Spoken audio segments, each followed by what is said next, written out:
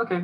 Hello, everybody. My name is Tony Robinson, and I am going to be giving my presentation on surveying Mexican literature to expand our cultural understanding.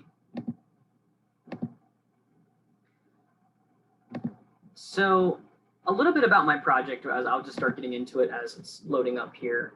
The reason I decided to do this was because of the social climate surrounding Mexico today, and just Mexican and Latinos in general.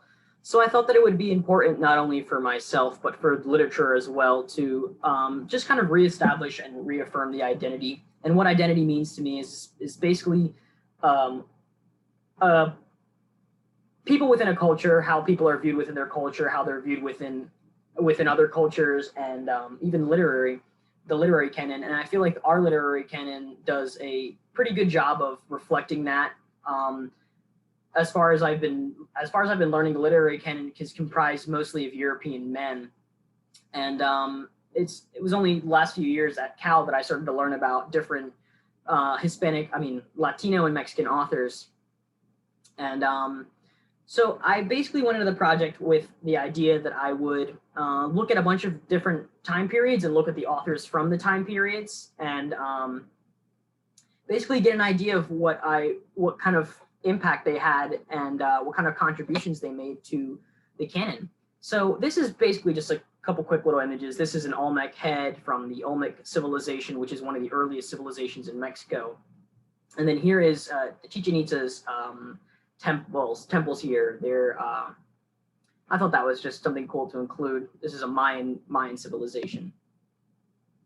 So my project was pretty simple. I basically just took some time periods from Mexico when I thought were basically the most major time periods, and I chose a couple pieces of literature and authors from those time periods and analyzed them. So I basically started with the pre-Columbian era, which is the beginnings as far back as we know to 1522, and within that time period, the Popol Vuh emerged, and it's basically a collection of Mayan writing that I'm going to be talking about a little bit later today. The colonial era followed that, and that is basically when Hernan Cortez came in and captured Mexico for Spain, making it New Spain. And up until that point, it's under Spanish rule, and it's during that time that Sor Juana Inés de la Cruz also emerges, and she writes a number of poems and essays, and the one we're going to be looking at today is her Philosophical Satire. And then we have the post-independence period, which is when New Spain breaks off from Spanish rule and becomes Mexico. And for my project, I chose a couple different authors and works from that period, but I'm not going to be discussing them or discussing any from the contemporary and post-colonial eras, which is from 1945 after World War II to present day. So the Popol Vuh is basically one of the last few remaining Mayan texts from the Mayan civilization. After all their stuff was burned during the Spanish conquest and making room for Spanish culture, a bunch of stuff changed, including the caste system, where it set the Spanish-born nobles at the very top and the indigenous people at the bottom. So a lot of changes were happening, but one thing that stayed the same was the preservation of this piece of literature. And basically what the Popol Vuh is, it's a collection of these literatures that the Mayans used to use as kind of guidance and instruction. They would advise them on what things to do, what to follow, what the time of the calendar was, and how different things came to be. For one instance, it contains a bunch of creation narratives. One instance is the Scarlet Macaw. They have a origination story for that, as well as a number of the constellations that they list in there and how they became to be. So it's basically just like sort of like it's following a narrative about these gods and how their worlds and how their experiences essentially result in our world and our experiences. So that is from the pre-colonial era, or the pre-Columbian era, if you will. And then we have, this is this is a copy or the manuscript containing the Popol Vuh. This was actually written down by a Spanish friar who wanted to preserve this. And this actually looks a little bit different than what we would see in the Popol Vuh. The Popol Vuh actually is supposed to go along with images because the scribes who were writing this at the time were working hand in hand. They were making images as well as writing, so it wouldn't be just one large body of text as we're seeing here. It would be a body of text alongside of an image like this, some glyphs or something. And so the scribes, like I said, were meant to be skilled in art as well as writing, and that I thought was unique because it's not necessarily it's not too normal in the European canon, and like art really doesn't go hand in hand, isn't interpreted with the literature. It's it's kind of a reflection of, or a picture of. So I thought that was really interesting to look into, because I hadn't heard about that up until I started doing this project. So the next person that I'm going to be talking about today is, well, this is the only person that Popopol's not a person. So Sor Juana Inés de la Cruz is a Spanish, or more specifically a Mexican nun, excuse me. And she's considered the 10th muse of Mexico because of how profound her writing is. She's an extremely important, influential Mexican author. She wrote a number of poems and a number of essays, and a lot of her work has feminist tones, which is not surprising, but which is really profound because she's writing about these things hundreds of years ago, and these are still issues that affect us in our contemporary today. So I thought that how it's amazing how her writing just spans across time and is still applicable. So the work that I want to look at her today is called a Philosophical Satire, and basically what it is, it's basically a critique on men and their kind of paradoxical outlook on women. And where is this? Okay, excuse me.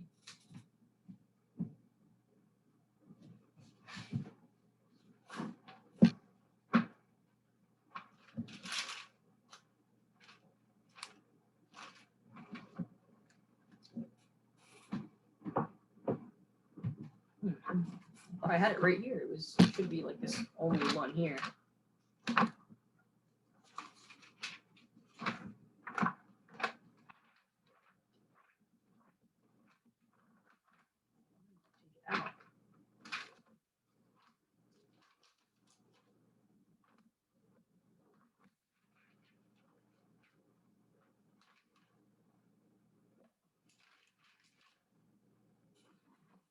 Okay. Yeah, I'm sorry about that. So basically, I'm just going to give this a quick reading and talk a little bit about it before we go over time. So, you foolish and unreasoning men who cast all blame on women, not seeing yourselves are cause of the same faults you accuse. If with eagerness unequaled you plead against women's disdain, why require them to do well when you inspire them to fall? You combat their firm resistance and solemn pronounce that what you've won through diligence is proof of woman's flightiness. What do we see when we see you, madly determined to see us so, but the child who makes a monster appear and then goes trembling with fear? What with ridiculous conceit you insist that women be a sultry Thais while you woo her, a true Lucretian once she's won? Whose behavior can be odder than that of a stubborn man who himself breathes on the mirror and laments it is not clear? Women's good favor, women's scorn, you hold in equal disregard, complaining if they treat you badly, mocking if they love you well. Not one can gain your good opinion, for she who modestly withdraws and fails to admit you is ungrateful. Yet if she admits you, too easily won. So downright foolish are you all, that your injuries justice claims to blame one's woman cruelty and fault the other's laxity. How then can she be moderate to whom your suits aspire, if ingrate she makes you displeased, or easily pumps you to ire? Between such ire and such anguish, the tales your fancy tells. So luckily is she who does not love you, complain then as you will. Your doting anguish feathers the wings of liberties that women take, and once you've caused them to be bad, you find them as good as saints. But who has carried greater blame in a passion gone astray? She who falls to constant pleading, or he who pleads with her to fall? Or which more greatly must be faulted, though either may commit a wrong? She who sins for need of payment, or he who pays for his enjoyment? Why then are you so alarmed by the fault that is your own? Wish women to be that what you make them, or make them what you wish they were? Leave off soliciting her fall, and then in need and more justified, the eagerness you might accuse of women who besiege you. Thus I prove with all my forces the ways your arrogance does battle. For in your offers and your demand, we have devil, flesh, and a world, a man.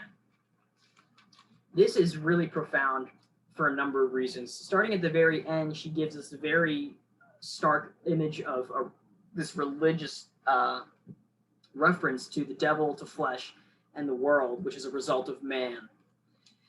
Going more back, she's basically just talking about how men are paradoxical. They want one thing but one another simultaneously. And she even says this in around lines 20, how they want a sultry Thais while they woo her, and they also want a true Lucretia once they have her, someone who's super faithful.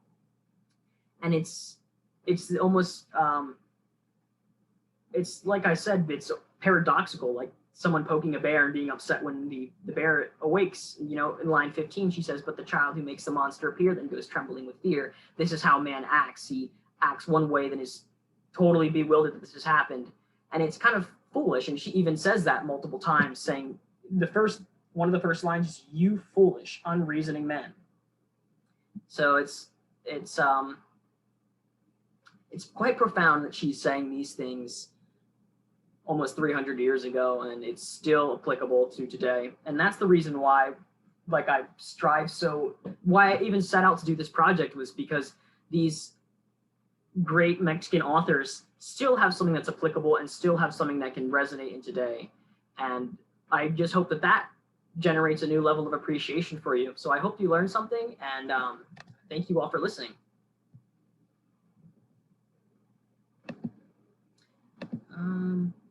Just a second, excuse me.